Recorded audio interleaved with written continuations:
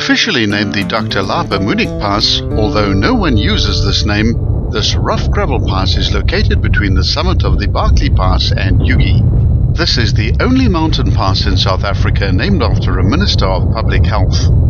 This route was first discovered in 1862 by Adam Kok III when he led the Griquas in their historic trek from Philippolis in the Free State to their new home called, of course, Kokstad, over this route. The commonly used name for this pass, which is Bastervoetpad, translates as mixed breed footpath and no doubt has reference to the Griqua people. Approaching the western start of this pass is a little tricky. From Elliot, head north on the tarred R58 over the beautiful Barkley Pass, and near the northern end of the pass there's a hotel called Mountain Shadows. Here take the gravel road to the right, marked the R393. Approximately 8 kilometers after the Mountain Shadows Hotel, and after clearing the Fetkani Pass, you'll arrive at a fork in the road where you should turn right. This section is not part of the pass itself, but we produced it here to give viewers an idea of what the approach roads look like. Please note that only four-wheel drive vehicles with high ground clearance as well as low range are capable of completing this pass. There are only 4 farms over the entire length of this pass, and it's a good idea to note their positions in case you have an emergency.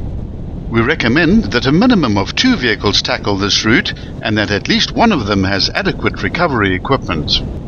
Due to the very isolated and rough nature of this road, it's necessary to take adequate clothing with you as well as emergency rations. The pass is subject to extreme weather conditions, including severe electrical storms, very heavy rain, thick mountain mists, as well as snow. The new concrete bridge in view now marks the official western starting point of the pass. From this point, the road immediately starts deteriorating, and this is a good point to change into low range. If you haven't yet deflated your tires, this is a good place to do so. Take them down to 1.2 bar, and this will improve traction as well as provide a more comfortable ride and have the added bonus of preventing punctures to a large extent. During wet weather, the valley up ahead can get very muddy and slippery. This western half of the pass is much easier than the eastern side, the road condition is better, and it's also much drier. It's hard to believe that less than 20 years ago, this pass could be traversed in a normal sedan vehicle. The track climbs steeply up this slope, then makes an abrupt turn towards the left over a small stream via a low-level concrete bridge. A small outbuilding of the local farm appears on the left-hand side of the road at this point. You're likely to come across cattle, sheep and goats at any point along this pass. Due to the very low speeds that have to be driven, avoiding livestock is really not a problem. Most of this road is in a fairly poor condition and zero maintenance is applied other than by local farmers. It's a good idea to have a shovel in your vehicle and always be prepared to do some on-the-spot road maintenance yourself.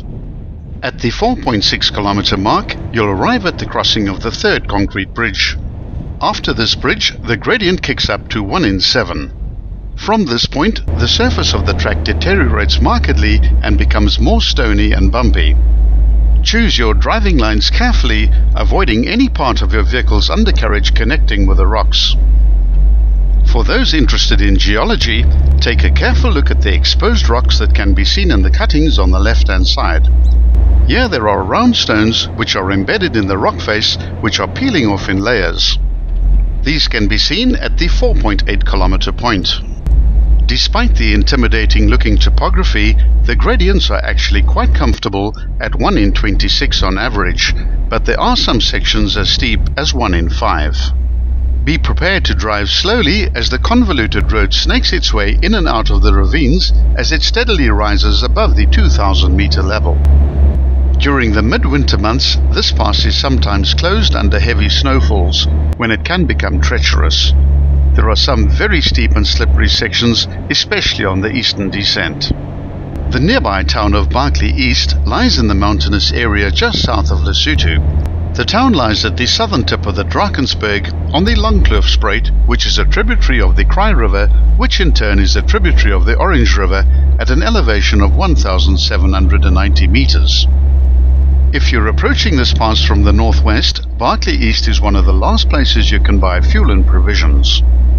If you intend driving this pass, it's important to watch all 6 videos, which will give you a complete perspective of what to expect.